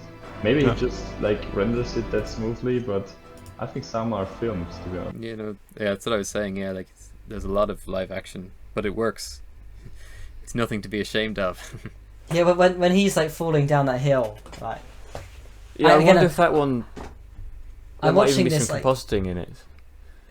Maybe so. I'm It would watching be this hard kind of to like follow the camera along with him as he's falling. You know, yeah, mini I'm fig actually falling watching on the this hill live goes. as we're kind of talking. It's kind of funny because like I've never actually seen this before. I wasn't aware of it when it came out. When did it come out? Oh, you mean you don't watch the Bricks in Motion monthly highlights? Well, I came out do, December but like I last year. literally can't remember it being on the highlights. No, I'd never encountered it until the highlights, and then I saw it in there. I was like, I've been sleeping on this. It's such when was this on the highlights? December. Must have been Oh. in it January was this year. December 2021. Oh, So the highlight would have come out in January. I must have just kind of like planned to have seen it and then not. I literally can't remember it being on the highlights. It's interesting where there's in the back there's also mountains, but it appears to be like some kind of blanket. It's just weirdly shaped, which is interesting because obviously if you're like further away from things, there's the atmosphere that makes everything bluish, and then here he made it like with a blue blanket in the back. Yeah. That's really cool. That is something that the lighting also looks pretty naturalistic. Yeah. For such a large scale set as well. Yeah, it's doesn't look like a spotlight that's just been. I always been admire applied. these large sets very much because I'm not really a fan of using digital ways of enlarging your sets. Yeah, Most yeah. of the time, we always try to build huge sets if we want to make it appear big. And I think Also this movie due to the does a fact great that we are job. bad with Blender, but okay. Yeah, I mean part of it comes out of necessity of just like not being good at like visual effects, but like I just feel in general like it just seems so much more impressive if you're able to do it, like you know, in for real. But how much of the opening shot of Escaped is real when it pans down and you have that like massive? Oh, this one is Yeah, completely field. composed. Yeah, but that's a really good digital set. It is mostly composed to make it larger. Like there's an actual field. Most of the things are there, but Yeah. just to make it look bigger, we added some grass in the background, and where we just again composited it. So we took the pictures of the grass leading up to the back, and then just cut it out manually. And we But also don't most have of the- enough Lego for like building Yeah. such a huge field. Yeah. Otherwise, like we a- probably would have done it, to be honest. Yeah, Good use. Oh, of it's so puzzling to much make the set easier. bigger. But like for this, we also tilted the camera. So like the pan down is obviously digital, but it is more or less still there. So the sky is there. and Everything the- was really photographed in this place. Yeah, it's just like The composed sun. together. Oh, yeah. By the way, guys, I hope that the everyone's recording is working right because as I was watching that, then I was watching on this computer and I had it playing the audio and everything. Oh, no. But yeah, but no, it's I guess going back to the pick, that was incredible. I'm glad that you picked that, Jenna, because I was sleeping on that. Yeah, I just really love the scale, like the different elements and like the way that like and also just like it all just seems to kind of blend in and fits kind of seamlessly. Yeah, you go from like him sort of stepping backwards, and it's clearly a close-up of the feet. It looks like it's live action, and they go straight into a stop motion part, and I think it switches back to live action. It flows together. It's it's making good use of different mediums basically. So I think maybe my head's in a bit of a manifest sort of mind now that contest is going on, but I think this would be a good fit for that sort of thing. It's shaking up the normal conventions of how people. Hopefully, approach filming. if people get anything out of listening to this podcast, it'll be inspiration for foliage scenes. That's it. Yes. I Use real foliage, use composited foliage, or just buy loads of bricks. Yeah. Any of the above. I just added it to my super secret favorite Brickfilms playlist, which is like very incomplete, and I need to actually like work on it. But once I've got like a a decently put together list of films. I'll make it public so that people can see what my favorite Brick films are. But yeah, just be assured this has been added to it. And now I'm not entirely sure. Do each of you have a separate pick, or do you have one pick between two? We have separate picks actually, yeah. Okay. I mean, we first came up with the same pick, but then Yeah. we picked another one. So do you want to introduce? Do one of you want to introduce a pick? Maybe. Andreas, you can start with the one that we Alright. both picked, basically. Exactly. So our pick, or my pick now, our pick would be Der Fünfte von Boni und X2XMB Studios, or in English it would be translated to The Fifth, because it was also a Steinerei entry for the fifth Steinerei, and the topic on this contest was the fifth. So a lot of fives in the topics. And for us, this was one of the greatest inspirations regarding storytelling I think I've ever witnessed. It starts off completely out of context, but it gets right into the story. There's this guy driving home. You don't even know from where he's coming, where he's heading. It's just directly starting off into the story. He's coming to this shady coffee late at night, and unfortunately there's no English version to it. I'm currently looking that up, but there are also no subtitles, because this movie I think really only works through dialogues. Even though there's nice settings and nice atmosphere, I think the whole dialogues carry the viewer throughout the movie. To be fair, I found it quite good without the dialogue as is. It's I mean, I'm sure it does Yeah. improve it, but yeah. From the very kind of like small amount of German that I know, I could just about work out what was going on, yeah, I really enjoyed it. I really liked, So basically what's going on is there's this guy like heading home from somewhere, and he's listening to the radio, and the audience hears that has been some murder, and some guy has escaped from prison, and the murder is being searched by police. And he arrives at this shady bar late at night, and he starts this dialogue with the barkeeper, and they both during the dialogue start to drop certain hints that the viewer is not quite sure, like one of those two guys has to be the murderer who is being searched, but you're never really sure, is it the barkeeper or is it the guest, because there are always certain hints being dropped.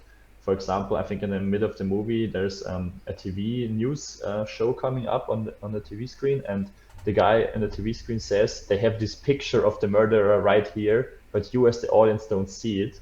And the guest in the bar looks at the barkeeper, and suddenly like music is going more tension. It's getting a bit more tensionous, and yeah, you all the way up until the end, you really don't know who is the murderer. And I think that's, for a short Brick film, which starts directly out of context, this is a perfect example of great storytelling combined with great settings and lighting, and so on. I think I've pretty much got all of that just without the dialogue. So, I mean, for anyone who doesn't speak German like me, I think you really can get a lot out of it. But there are many hints throughout the movie. Like, for example, the barkeeper asks the guy, "Yeah, is this your car outside?" And he says, "No, it's just rented." And then you as an audience think, "Oh, he could be the murderer. It's not his car." And then the barkeeper is not able to give him the receipt because he can't handle the cashier's desk. And then you think, oh, maybe it's the barkeeper, and it's this going forth and back between those guys, which makes it so great to watch. I guess it was also a big inspiration for us in terms of storytelling and in terms of what a Steinerei movie should be, because it should be this twisted story with great visuals and like I everything. still can remember, early in the day, we always said like, we're gonna make something like the fifth. Yeah. Let's try and make something like that. It was like our big Exactly. inspiration. Yeah. And I guess like his follow-up movie, or their follow-up movie, is also nice because it's very similar, which is called The Chameleon, basically, which is also There's an around English version. along those lines, which is also like about back and forth and who is it, and because there's a guy disguising himself as different people basically, so he could be like anybody. Fun fact about the Comedian is that it was the very first pick and the very first episode of the podcast. It was Sean's pick. It's funny because I'd never heard of these guys or these films until I made the wiki page on Steinerei, and I was recording all the winners, and suddenly I'm like, who's this Booney guy who's winning 3 Steinereis in a row, and I've never heard of him before, and I've never heard of these films, and like, I don't remember this ever getting mentioned on the Bricks of Motion side of the community in 2009, but I feel like if we had found it, we would have loved this and thought it was amazing, because like I still can't believe this is from 2009 because it looks so much newer. Like the amount of inset lighting and the shot composition's really good, and the digital effects still hold up really well. Like you can tell, yeah, that the guy who made it, Booney, I don't know about 2XMW, but Booney went into film business afterwards, so he was already, I think, studying film back in these days. So you can tell that he's a professional by watching his movies.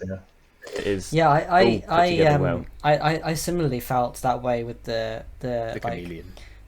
Yeah, absolutely. But also, yeah, I think with this film, I didn't know what I didn't check the date when I was watching it.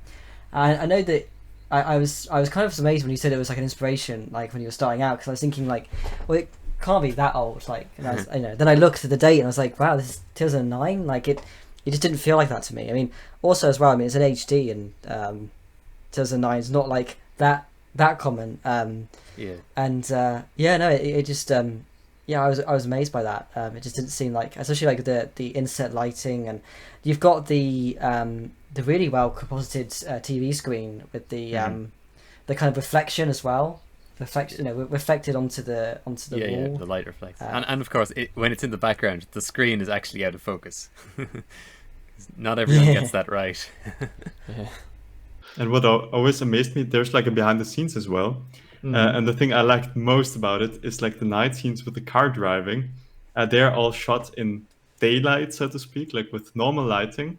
And then he made it darker, except the things like where the, how do you call it? Like the car lights are going to be, the headlights are going to be. So Yeah. I found that one so creative, and I always loved it as a kid as well. Because it amazed me that he came up with that. Also, I think the scene where he goes to the restroom, I think in behind the scenes you can see he actually built the set doubled. He's not even using like digital techniques, and he animated that in the same mirror, the mirror, yeah. It was probably why Glasses episode 1 that we did was also set in a bathroom. Yeah, actually true. And we used this setting or this set design, tried to replicate some of those things. It does seem like kind of a shame that their filmographies are seemingly so short-lived. They have a very small number of brick films, but they, a bunch of winning Steinerei entries in a row, and then suddenly they just end. But I guess it's no surprise if they went on to bigger and better things in film. I mean, I think we met them once at 2012. Yeah. Like they didn't enter that year, I believe, but they were there. And I think they were around around 20 or something at that time. Yeah. Okay. So yeah, but also the inlighting was very inspiring to us. I think the inlighting in these movies of theirs and of Mario with the old Harry Potter stuff, he had also some great scenes with inlighting. Was With also the one of the LEDs. main reasons we tried to get our hands on that as soon as possible. And like, yeah, I mean, inset lighting wouldn't even really become all that commonplace until a number of years later. I know like some people were doing it around this time period, like in Unrenewable by Smeagol from 2008. This actually kind of looks a lot like Unrenewable, really. Of course, Unrenewable also would have looked years ahead of its time. It really looks like it was like leading in some big films of that to their way. I guess you could almost say this is like the German Unrenewable, where like all of us in the English-speaking community thought Unrenewable was the most amazing thing that we'd ever seen, that just looked light years ahead of what everyone else was doing at the time it came out. But that's actually really creative, and the actual methods of basically doing the Lego equivalent of Day for Night. Like you were saying, Alexander, then, with the way that they have like the headlights and the I'm actually watching the behind the scenes now, the making of, and that's actually really cool. I never thought of that as being something you could do. And, Yeah, it's much easier to darken the rest of it than it is to try and bring the detail back in any of the bits which are lit up. Yeah, So it's it's simple, obvious but- now Yeah. in hindsight, but I just Of course, I mean it's done really well here, and I think it still holds up really well. But I mean, it is cool to see nowadays. There's a lot of people who they'll actually have the brick stuff LEDs in the headlights of the car, so everything is actually lit up for real by the real lights. That looks great. But I mean, yeah, like the digital tracking on the lights in this it's really good. And even the dashboard is lit up inside Yeah, the car. that's amazing. So all in all, it was very inspiring to us as well, in terms Yeah. of quality, in terms of storytelling. Really felt mean- like a cinematic movie, I guess. I feel like it holds up well enough that it would still be inspiring to people today. If they knew about it, because I Yeah. think it might be a bit forgotten by now. Oh yeah. Yeah, I even Totally. when I tried to find it on YouTube, I couldn't even find it in the first pages of search results, no matter what I typed in. So I had to find it through the forums. Well, you could just go to the wiki. Yeah, exactly. But yeah, that's the great thing about having this podcast is we introduce Brickfilms to at least a couple of people. It's better than nothing. Do you do like timestamps on the podcast as well, so people can see in the time period on YouTube where we talk about what topic or? Sometimes I remember to do that, but what we always do is we always link the in the description there'll be the showcase section. Yeah, the and showcase it links adds will be the first links. Yeah. Speaking of which, should we move on to the last showcase? Yes, we can. Because this is also, again, the one that we picked now, it was inspiration to both of us. This one that I'm gonna pick also, but in like totally different terms. Because this first entry that we just mentioned, it's basically very cinematic. And I picked Day of the Sun by Nicht gedreht, which is, I guess, more artsy or more like an art house film in a certain way. I don't know if you've seen it. I have, But it's basically this satire of Northern Korea, yeah. Oh, yeah. and I it's remember this. also completely like in the Korean language. So even in the German version, there's gonna be German subtitles. So they even made it in Korean, and they're basically like making a satire of Kim Jong Un, like getting internet and googling his name, and then finding that, well, obviously there's some funny pictures of him on the internet, and he goes wild, and I think he bombs the USA. It sounds nuts. You really get to watch this to really get the proper feeling for it, because it's kind of, I would say, the best movie of Nicht gedreht, because they have made a lot of movies that are like this, where they are going to be artsy and have a proper message, and Yeah. but this one is really the culmination of all of their works, and it's just so amazing. From the thing being like perfectly made, with you got like the soldiers walking, you get this grand feel, I guess. Animation wise, it's excellent, but then also just the feeling of it being in Korean, and it could have like easily won prizes at any film festival, I feel like, not just Yeah. brick filming festivals. It's really tackling the subject matter with a lot more thought than the average brick film that that might be doing something similar. But like, I don't know, a lot of brick films just kind of go for like random violence as their way of parodying something, but this is much more like, yeah, legitimate satire.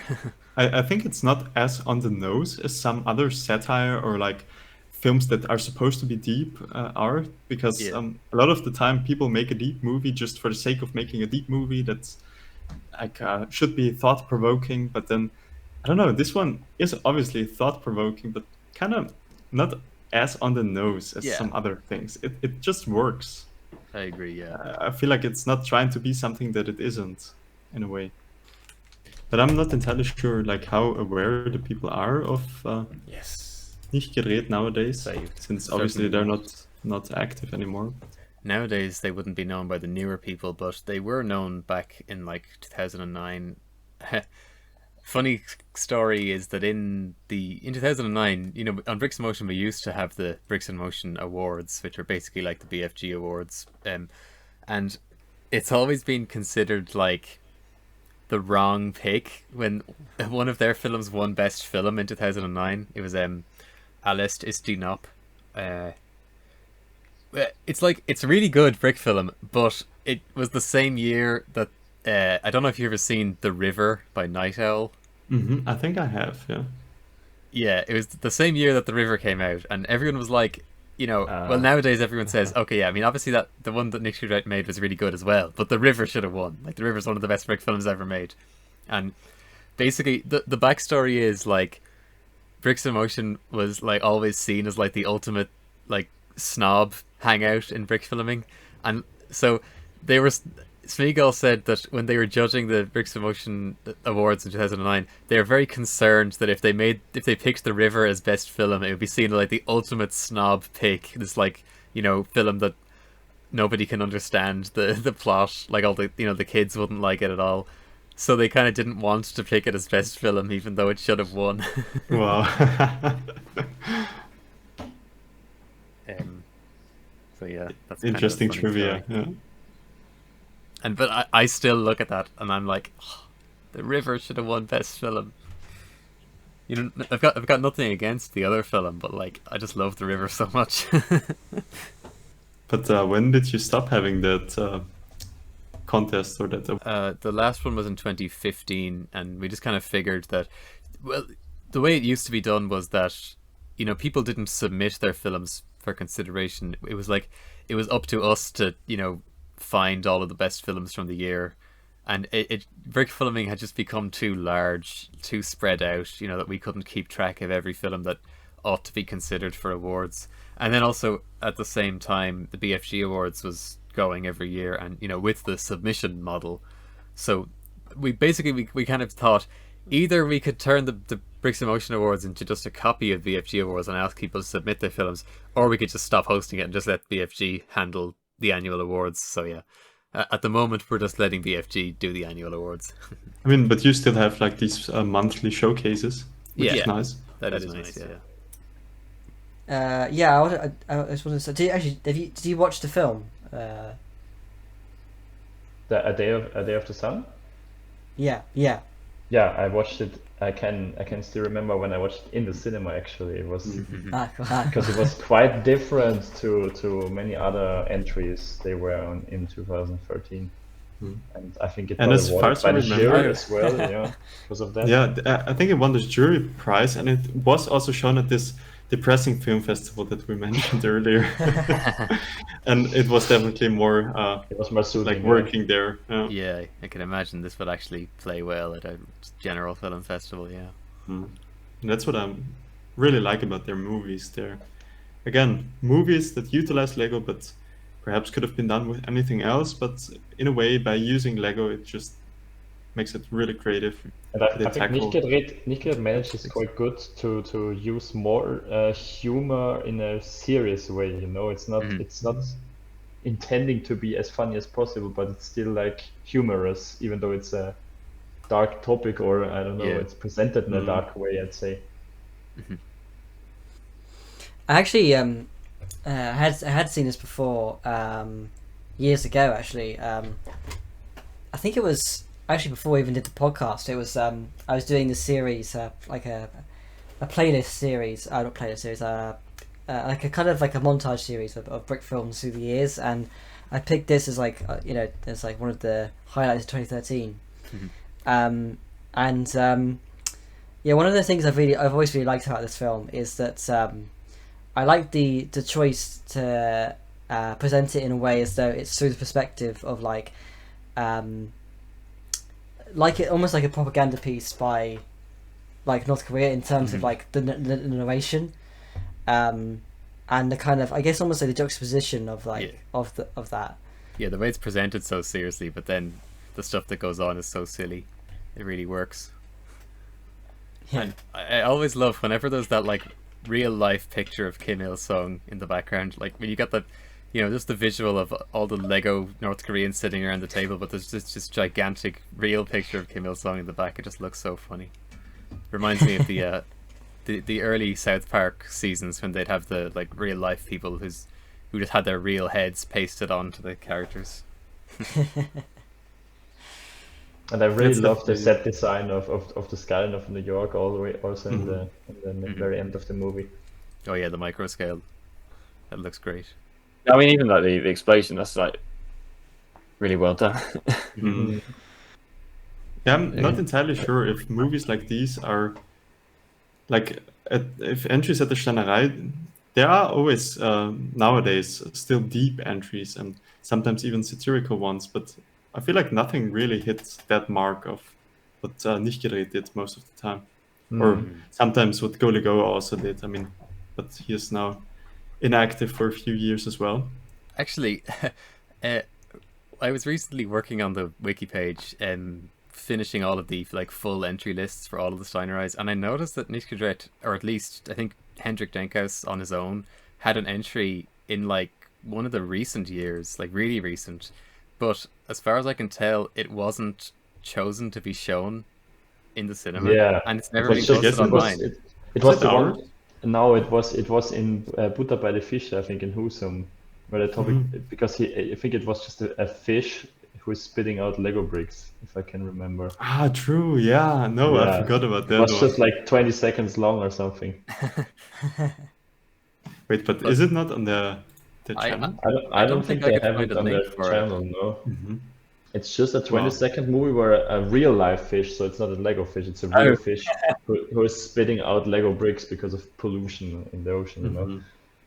like and Yeah, he has true. goggly eyes, and that was it. And I think because of the length, it didn't get the vote for the final movies. I think they also did one for our Steinerei in 2015 where there was just a fly in Lego going around. I've seen that one, but Mm. I haven't. As far as I could tell, the one from 2019 isn't online, but it sounds like you've seen it somewhere at least. Yeah, in the cinema. Oh, you have seen it in the cinema. I thought it wasn't shown there. It's always like the movies get still shown. I most don't of the think time, it was but in the cinema. Okay, but most of the Wait. time the movies still get shown, but they just don't receive a vote by the jury. Oh. You know? Okay. No, because I don't think we were at that Steinerei, so I'm not Yeah, sure that's if true. it was even shown. That's true. I think we didn't attend. That's true. But we were participating, and for some And you years get to now, watch the movies. we get to watch the movies and vote on them beforehand. Yeah. Oh, right. But yeah, so obviously it annoys me that that one's missing. Just hit him up. I think he's a very nice guy who will always like show you the movie if you want to Okay, see it. yeah. I guess I might as well Hendrik. ask about that, yeah. Yes, I think he's still like sometimes visiting Brickboard. So I think I do have some old email correspondence with him. oh yeah, I was probably looking for something else that's missing on someone, so I could just ask about that one, yeah. But you know, that I find it pretty funny that people would make entries for Steinerei and like, you know, it just seems like that's just Steinerei is so important to the German community, like they don't even care about releasing them online. Or it might just be an unlisted video on YouTube, but it's like, you know. that happened quite often. I think the Chameleon was also released very late since they made a director's cut version of it. Or of course the one that I'm always trying to get is Reunion by Rainlight. Yeah. Yeah, we met him afterwards after we were in Steinerei this year. We got to meet him in Bielefeld. We Did you tried mention to that, get it. Yeah, we even connected a USB Yeah. stick, but he caught onto it. Unfortunately. Now we were browsing through his old files with unreleased footage. But he still, I think he would be down if you want the file. He could send it to you. We can tell him. Yes, this is the real reason for the podcast, is to just try to acquire as many missing Brickfilms as possible. To complete the puzzle of the German Brickfilm community. But yeah, A Day of the Sun, great Brickfilm. Always liked it. Yes. Definitely. Like Nicht gedreht went on by organizing next Steinerei, I think, after this movie. That's true. which was a great Steinerei as well. Mhm.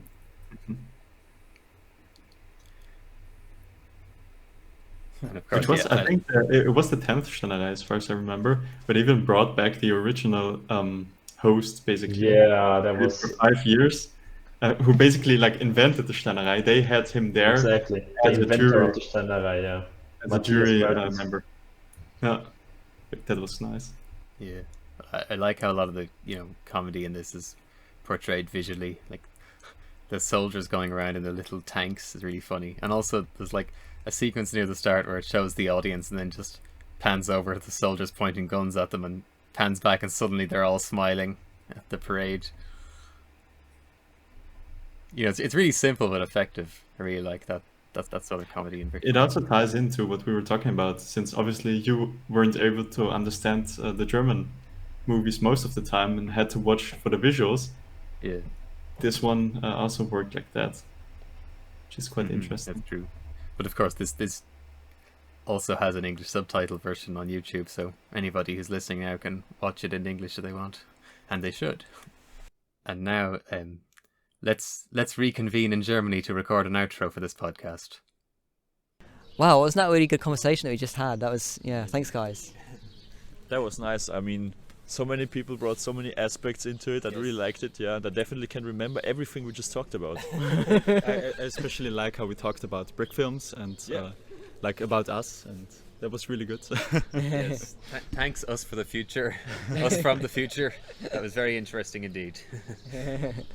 Yeah, and well, yeah, thank you both guys, for joining us, and yeah, this has been really good, and yeah. I hope we get the chance to meet more Brickfilmers of Bricks in Motion and more Brickfilmers from Brickboard in the near future.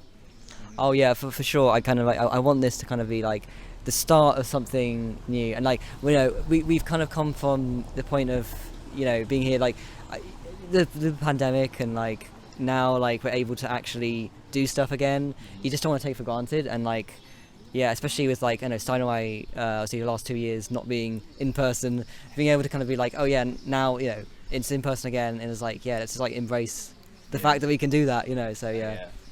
I know that there were more people from Bricks in Motion who were interested, but it didn't work out for them this time. But who knows? I think we're interested in trying to show up again next year, so there may be more next year. So yeah, hopefully this is just the start of something. Yeah.